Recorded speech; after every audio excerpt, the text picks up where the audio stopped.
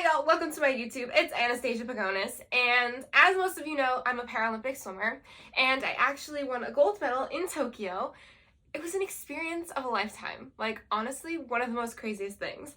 But I'm just gonna start from the basic bounce. Do people say that anymore? I don't think people say that anymore. Well, I'm saying it now. So, basic bounce. Yeah. So, you're probably wondering, why swimming?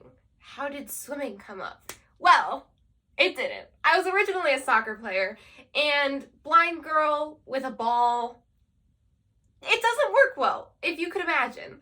So, one too many hits to the face, and I decided that I needed to try a less contact sport, and my doctor recommended swimming.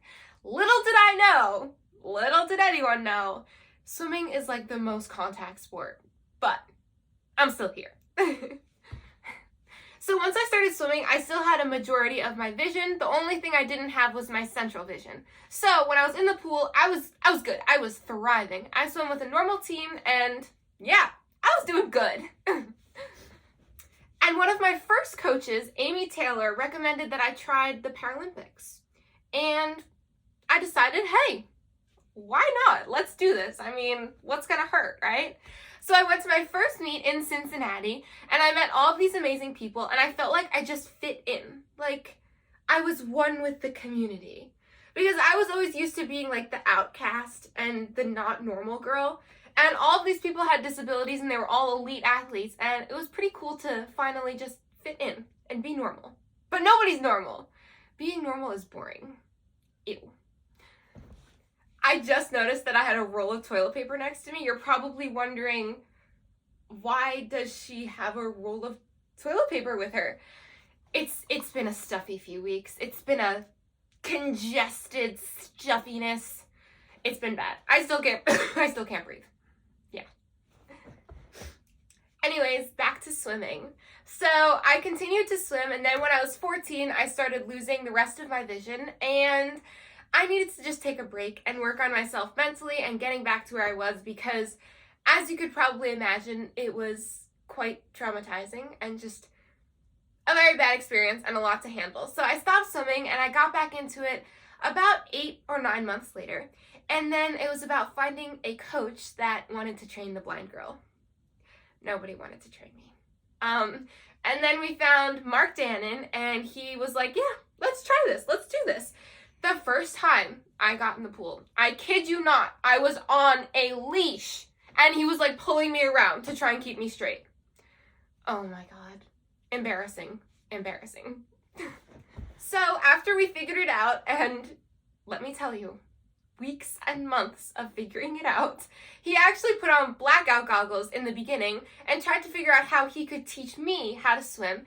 And I was able to figure it out and figure out the methods that work best for me and little tips and tricks that help me personally. I think that honestly every blind swimmer does it differently. They all have their methods, and whatever works for them, works for them.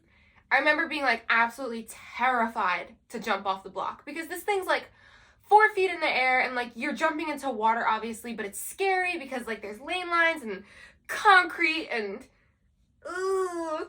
And I remember like just like him like holding my hand and holding my leg and being like, you got this, like you can do this.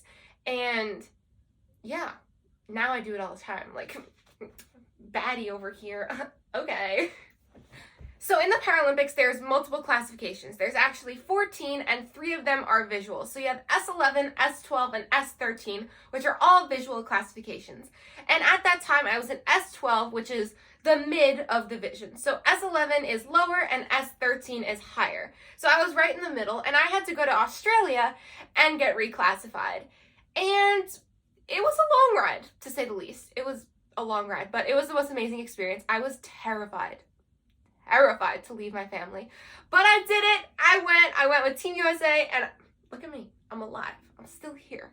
So we go to Australia, and I have to get classified, which means a bunch of doctors look at my eyes and tell me what classification that I should be in and what my sight is and yada, yada, yada. So I got classed down to an S11, and in the S11 classification, we all wear blacked out goggles. Hold on, let me show you. These are actually the goggles that I wore in Tokyo. They're painted USA. Super cool. and they are completely blacked out. Some of the people in our classification have light perception, shapes, shadows, to other people who have no light perception, so it makes the playing field even. So I got classified and I swam in Australia and I did a lot better than I was expecting to do. So my new dream was, can I make the Tokyo Paralympic Games? And it was a far fetch at first. It was a very far fetch, but lots of hard work, lots of blood, sweat, and tears, lots and lots of tears. I was able to do it, and going to trials and competing for my country was the most amazing moment. I remember being at trials and like thinking this is it. Like, you got this. You got this. It was very scary. I thought I was gonna, I can't curse, can I? I thought I was gonna poop myself. So anyways, trials is over, and now I finally got announced to the team, and it was amazing with a bunch of amazing athletes, and it was an experience. So now, fast forward a little bit, and we're in Tokyo. Actually, scratch that. Fast forward a lot of it. That travel day was one of the most hectic days of my life. I'm very glad that's over. Okay, but anyway, so we're in Tokyo, and we finally get to the air base because we had to quarantine on an air base before we went on to the village. So we were at Yokota Air Base. Any of you guys are watching this at Yokota, you guys were all amazing, and it was an awesome experience. But your girl got sick there. She got this going on again. She got the little sniffle cold thing. And I panicked because I'm literally in Tokyo about to compete for our country, and then I'm cold. I'm cold. I have a cold. Maybe talking to a camera isn't for me. Okay. But anyways, Tokyo and my whole experience in Tokyo is for a whole nother video. So wait to see that, and like, follow, subscribe, everything, and join this experience with me. It's gonna be interesting. We're gonna learn how to do YouTube together because I'm not too familiar with this, and I'm kind of scaring myself talking to a camera. Bye! See you guys!